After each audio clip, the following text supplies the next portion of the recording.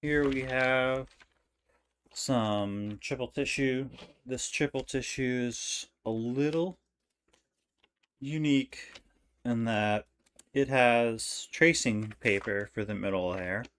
So it's tissue paper tracing tissue. This model I usually do with tissue foil, but I'm going to experiment a little bit with tracing tissue. Tracing tissue acts a little more like regular paper, but with the tracing paper middle layer, especially once it's treated with the MC and all that, it gets pretty crisp and almost behaves in some ways like the tissue foil. Now, this model is designed to get wet, so I have some just. This is just like a beeswax softened with food grade mineral spirit. It's for cutting boards. We're gonna try to waterproof and seal the paper as much as possible with this and see how it goes. This model, usually I use CA glue or something to seal it. Not really as for the glue property, more for the sealing. I'm going to try this. So the first thing I need to do is seal the side that's going to be inside the cup. This is going to be a greedy cup. Here. I think I like blue with a gold accent. That means the gold is going to be inside the cup. So this needs to be fully sealed. Sure there's no debris here. Okay. So I'm just taking a rag, getting my wax. I'm just gonna rub that into the paper. I need to do this before I do too much folding.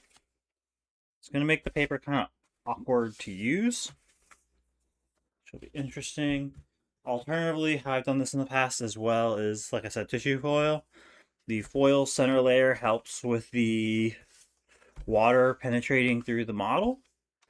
And then what you can do is you can just lacquer each side with like a spray lacquer before you fold and let that dry. That seems to do pretty well.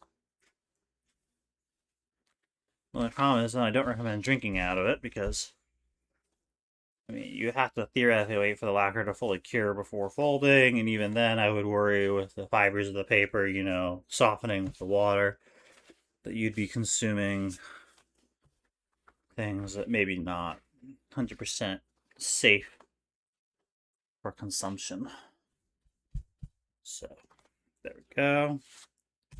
It's feeling nice and waxed up there.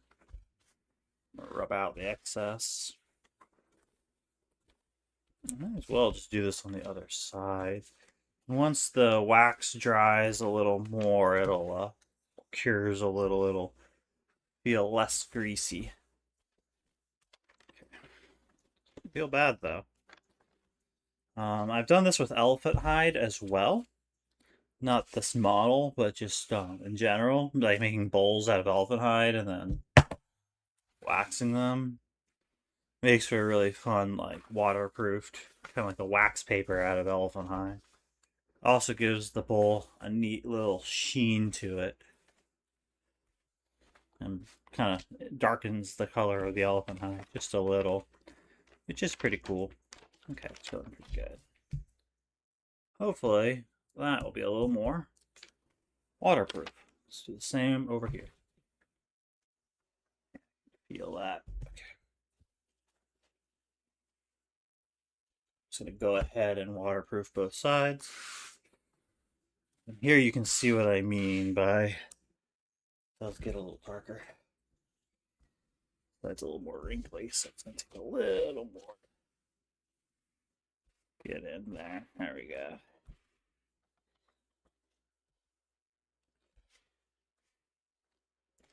And I'll need more of this on the seams as well. For this model, I recommend starting with anywhere from 7 to 9 inch square. You do too much bigger, which you can certainly do it bigger, the paper will start to like flop over when it gets under the weight of the water, and it won't be that structurally sound. There's a weird sort of balancing act with this model where you want the paper stiff and rigid enough to not, flop over the weight of the water, but the model still needs to be big enough that when you bend the paper for the siphon, which is going to have a lot of layers, that you can bend it, like a bendy straw, if you will. So if the paper is too thick or too stiff, the model and the siphon won't work. But if it's too thin and, such that the siphon is easy enough to bend, the model will just flop over under the weight of the water. It won't be structurally sound. So it's a little bit of a balancing act. I find, like I said, tissue foil generally works pretty well. And then just do it at a kind of 7 to 9 inch square. Kind of the sweet spot. It won't make a very big cup, but I'm sure if you went bigger, you probably could do like, an extra layer of tissue paper or something. Do like double tissue on one layer, and then maybe you can up the scale of it. And that's just, it gets a little tricky. But now what I'm going to do is I'm going to recap the beeswax finish, and what we're going to start doing is start folding. So it's going to be a little greasy while I fold. You can kind of see it on my fingers. That should be fine. Hold on to this rag because that'll be useful when I get to sealing. So now what I'm going to do, alright, so we're going to start by folding in half. This is just a reference crease, doesn't matter which way it goes. The first thing we need to find, and remember I wanted this to be the visible side. So once we get our quarter fold in, now it matters. So I want to flip this over. If I want the blue visible, this 1/8 crease, needs to come like such. This will make the blue visible. The thing about like this is you're going to basically have a bunch of pleats running through the paper, and you're going to want to kind of curl the paper around itself. So this is kind of like the profile. So this will be the sort of the radius of the base of the cup. But if we put it like this, that means you'll see the blue, stem will be blue, and the cup outside the cup will be blue. So we're going to have this go like this. And then down the other way, we now need to make the rim of the cup. The rim of the cup is going to be 1/32. So not very big at all. So for this, I'm just going to make a little crease right there in the middle.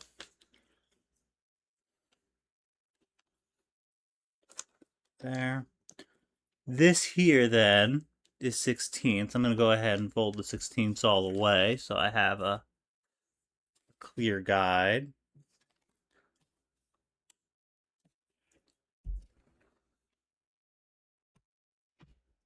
Okay. And that's 16ths, CCA 16ths. I'm going to unfold that, and I'm going to fold this whole crease to that 16th, making a 32nd. So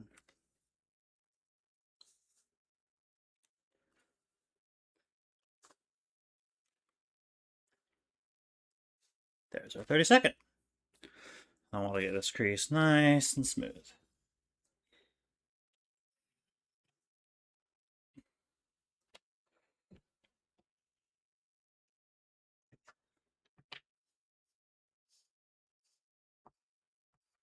There we go. So I'm going to go like this so I can see it better. So I have a quarter mark here. And the remaining paper going up this way, all the way to the top of the rim, I need to fold it down into thirds. the easiest way to do this is just guesstimate. It's not really super exact. So I just want, you see, kind of like this.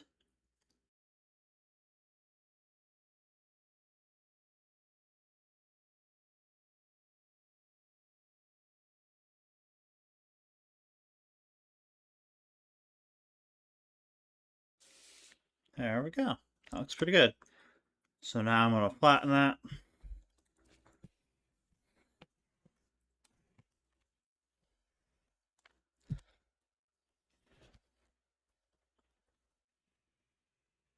To make these creases nice and sharp. You see there is a little bit like maybe a millimeter sticking out there. I'm not worried about it. As long as it's close enough. Want to get as neat as you can, but it doesn't have to be perfect. Here. As close to dividing that into thirds as possible. So I'm sharpening up my creases. And now, once you have those creases really sharp, you're going to go ahead and unfold back to the square, remembering a few creases. That rim very carefully unfolded. So the creases you need to remember now are the rim crease, the very top 32nd, this crease, these two creases here that made up our thirds, and then down here, that 8th crease. If you want to pencil in those, you can. Like you go on the back and make little pencil marks on the important creases. But we're not going to. So I made this a million times. So what we're going to do now, and I'll get back to that, is we're going to now fold this direction, these creases going this way, into 30 seconds. And I recommend starting with the, less dominant color down. And we're going to start by folding 16ths, all the creases basically going this way.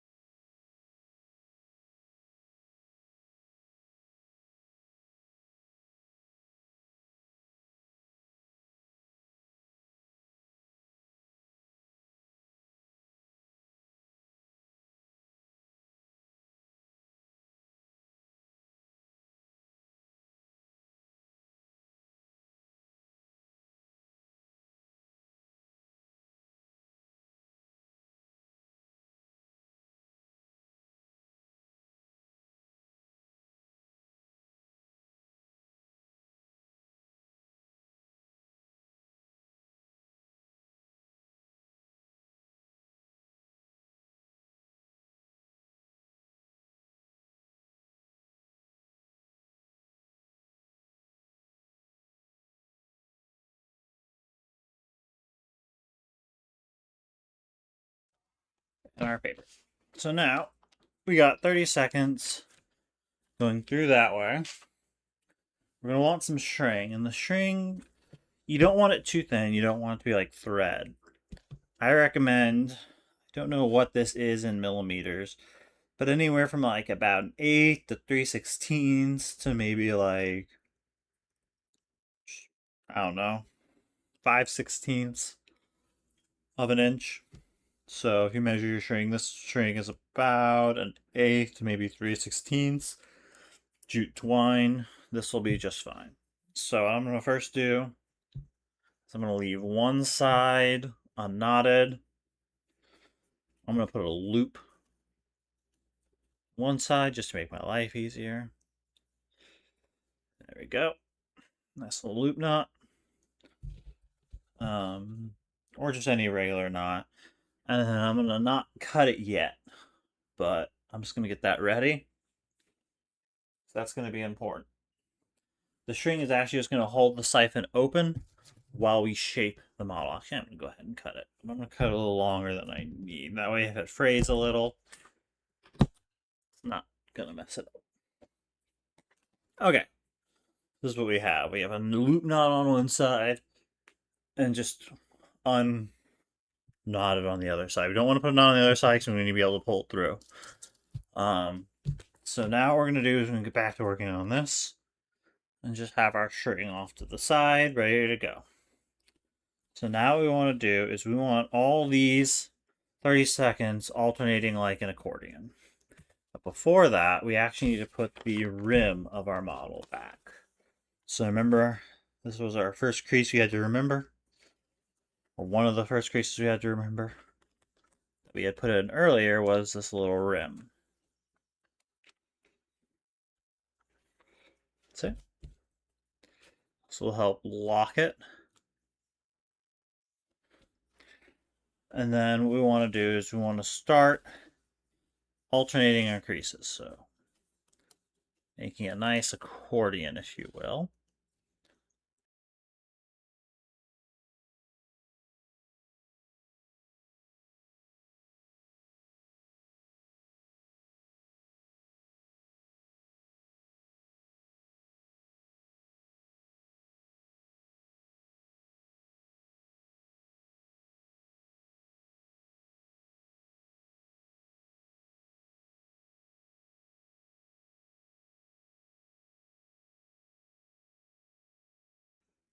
There we go. That's our accordions folded. So now I'm going to open it up a little. And I want to now kind of turn this into a cylinder. Very accordioned cylinder. And to do this, I want to find 4 of these little overlaps or creases. So I'm going to pull out 4 sections of my 30 seconds and just get that, out and smooth. And I'm going to do the same thing over here because I want a 4x4 overlap. So I'm going to pull out the 4. Just like that.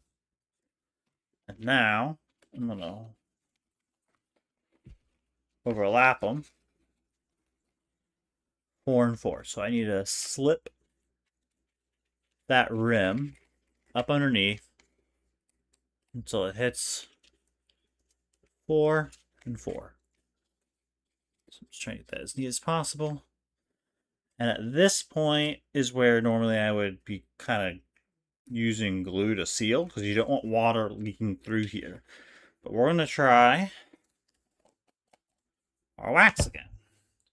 Wax on the finger, and we'll see how this works to seal it. Okay. So I just want wax nice and thick. So I want it so that it'll seal through the pleats. So see, I'm spreading it really thick to try to seal it.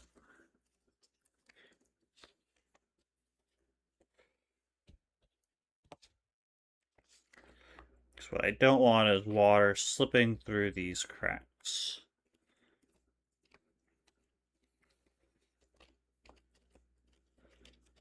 And I only want the glue really thick on the outer colored side. I don't want to do it on that side as well.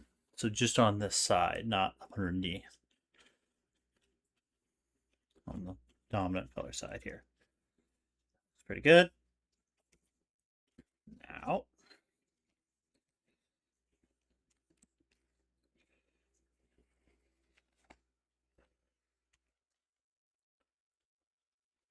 less on the color side. On the other end is where I'm going to add a little bit of this.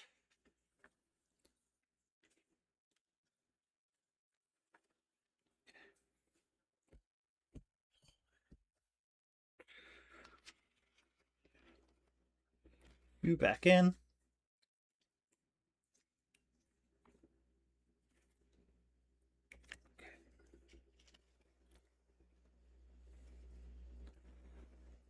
Pressing all that in there. Should, hopefully, that wax seal that seam. So now I want to reaccordion up the model along where I made that seal.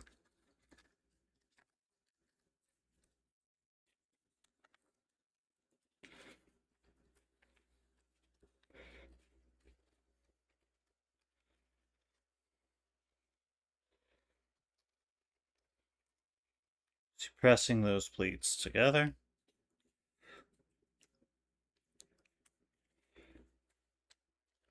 I'm going to start where I did that seal on the stem. Before I do the stem, remember that string we had? Now is a really good time to get the strings. This is kind of the center straw that will be our siphon. So we need to make sure it stays open throughout. So I'm just use a little of that wax. I need to get my string. Come on, go. So it's hard to see, but you're trying to find the 8th crease. And my 8th crease is right there. So what I'm going to do, I'm going to take 2 pleats together,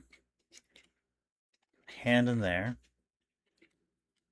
I just want one of those pleats, or one of the creases, to come from inside the V out to the edge, skipping a pleat. If I were to draw this, I had a pen just a second ago, pencil, pen, draw this on a scrap piece of paper here. If I were to draw this right, you basically have these, if it'll draw, you have these pleats, right? They're kind of coming out like that. And then around you have a crease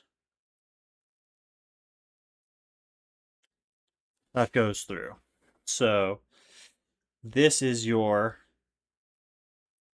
1/8 crease of the total paper length. And what we're going to do is we're going to find the inside of the V, right? So like pretend this is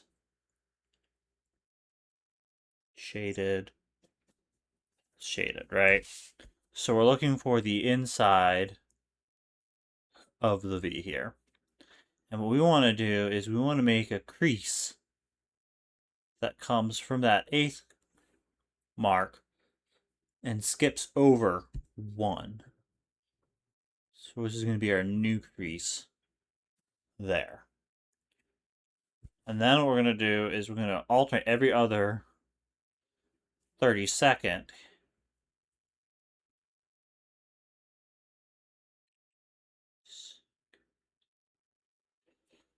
So every other 32nd, right? We're going to be putting a crease like that.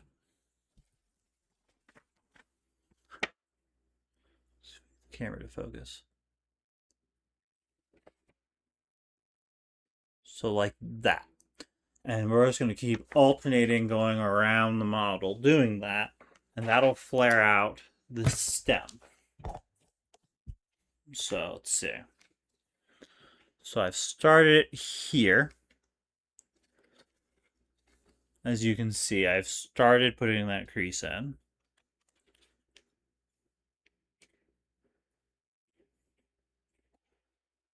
Kind of just using my nail here. to start that crease. And then remember, we skip every other going from the V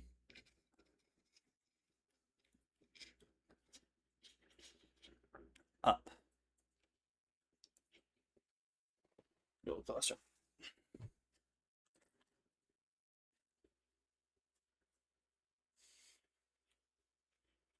The jute twine fibers out of there.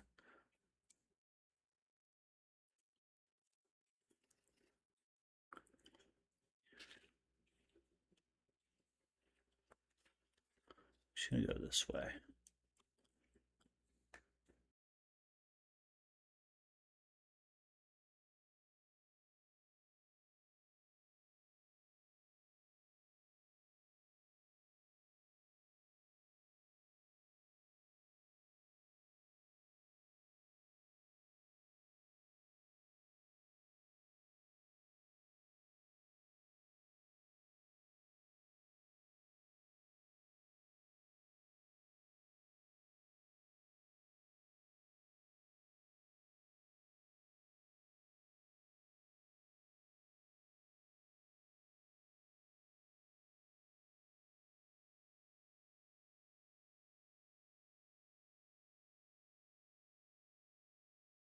Now you see you start having it look more like the bottom of a wine glass. Like this should lay relatively flat. So now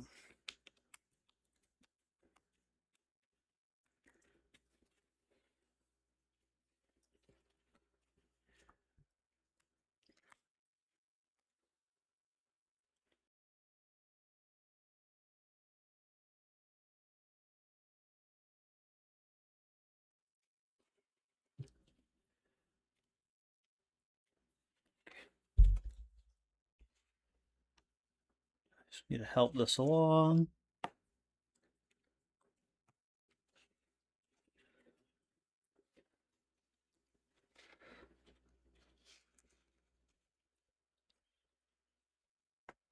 Just following the creases. At this point, it's just shaping.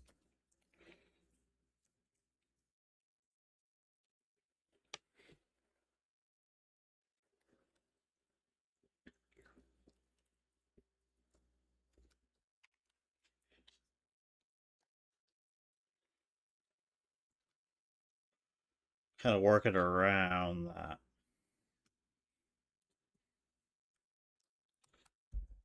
String.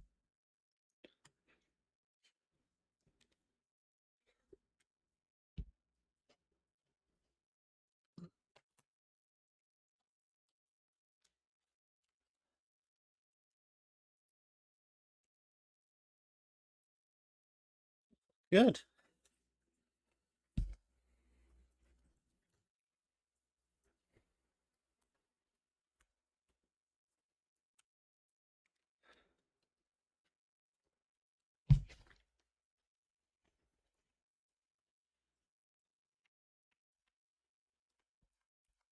This makes. Let's rotate the string a bit.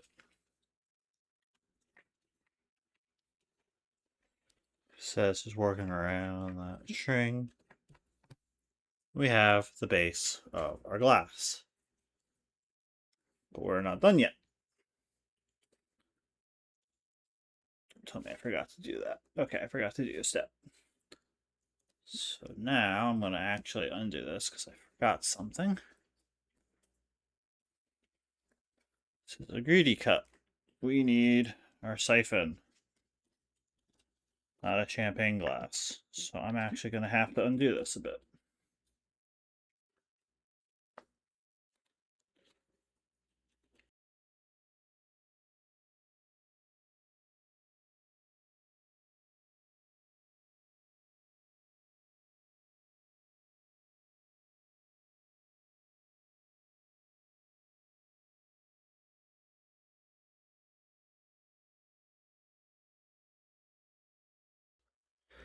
So those thirds that we folded way back when were actually supposed to be put in advance, but like Now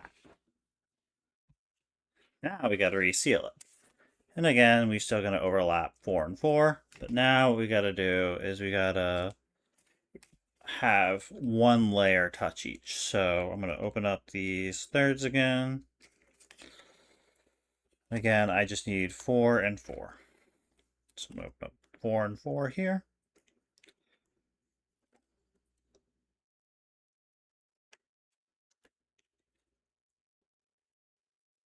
Like that. Now, you see that needs to stretch funny. It's 2 and 2. 4 and 4. Come on. So we're going to kind of go like a weird shape here. Let's see, 4 and 4. Like that. I don't know how well you can see, but each layer is kind of zippering into itself.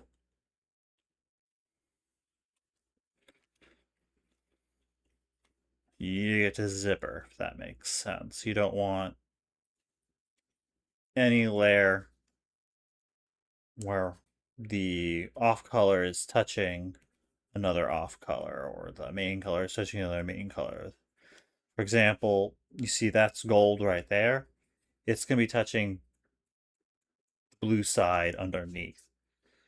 This blue side is touching nothing, but underneath there's a gold side, seeing the gold is touching blue, and it just needs to alternate going throughout.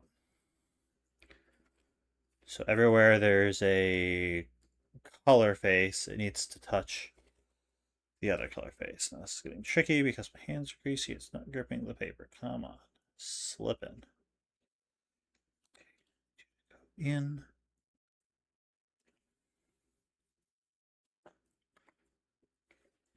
That kind of alternating zigzagging of layers is actually really important here.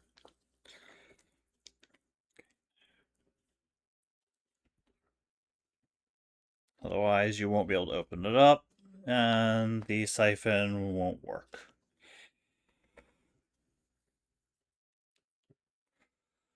Which we will get to. Now we gotta put our string through. The string is absolutely critical. Remember, we want the knot side facing the stem. There we go.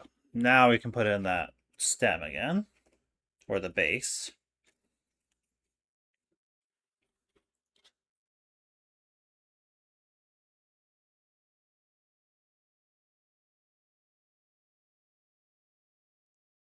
There we go.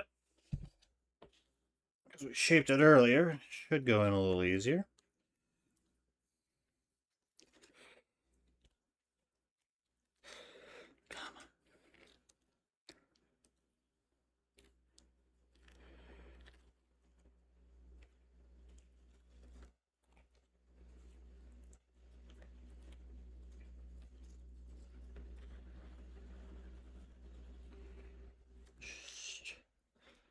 Like that.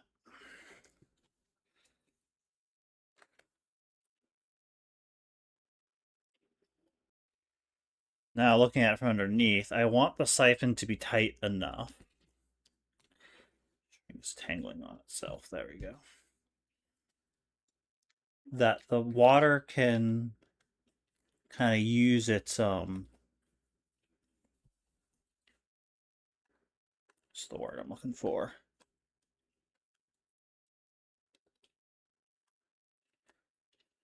Use its properties, because water will siphon, if you will. Capillary action, that's what I'm looking for, it's the term. I want the capillary action of water to work. So for that, if this hole is too wide, the water won't climb.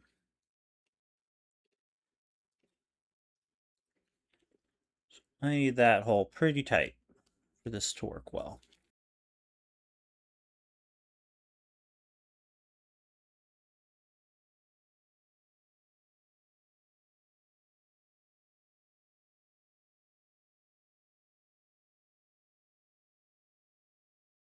So to open up the siphon, we have two layers in here, actually. So this isn't just a cup. There's also a center siphon. And we need to separate these layers. So you'll see there's kind of like this double star. Just going to get something in there. And you'll see there's actually two layers. So we're going to start separating these layers like that. And then as you get to this center here, we're just going to make a pleat. Kind of like how he did the stem, but at a sharper angle. See? Just going to work our way around.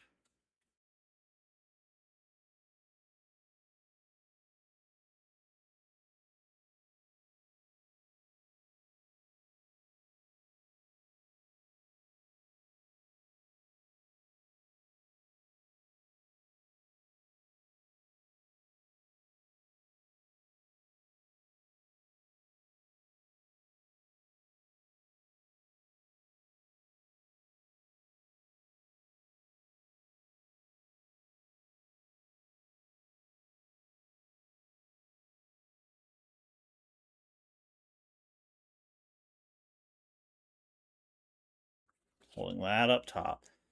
And I need to get this stem a lot narrower. To do that is I'm just going to kind of fold each of these little ridges back down in half, kind of twisting it.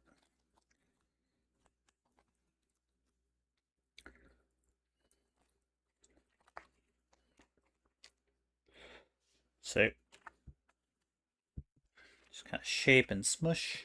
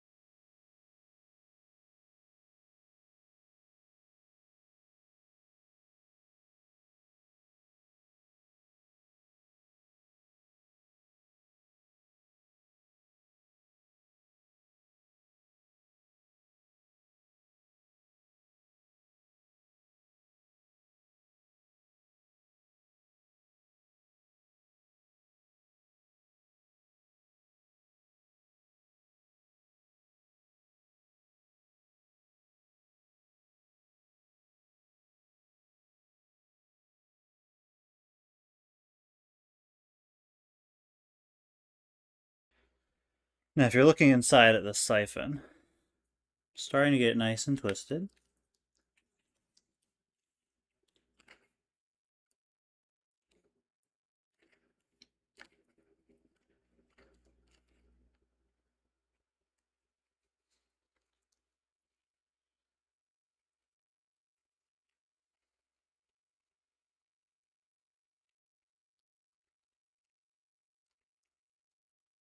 You'll notice you can kind of arrange the layers a little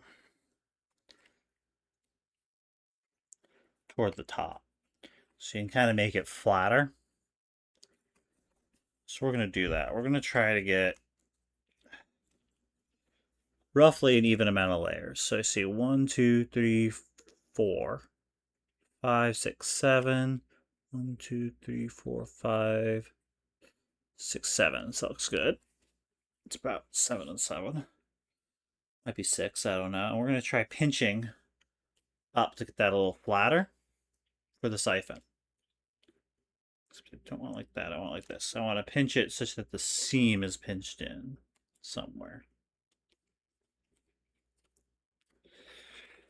Try like that.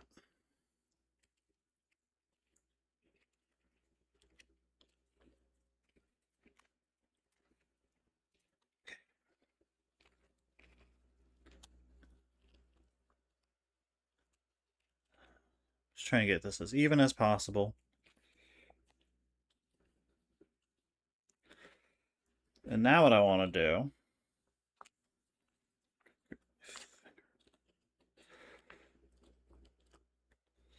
is actually bend this siphon back in toward the center of the cup to turn it into a siphon. See, I'm just going to bend, scrunching inside.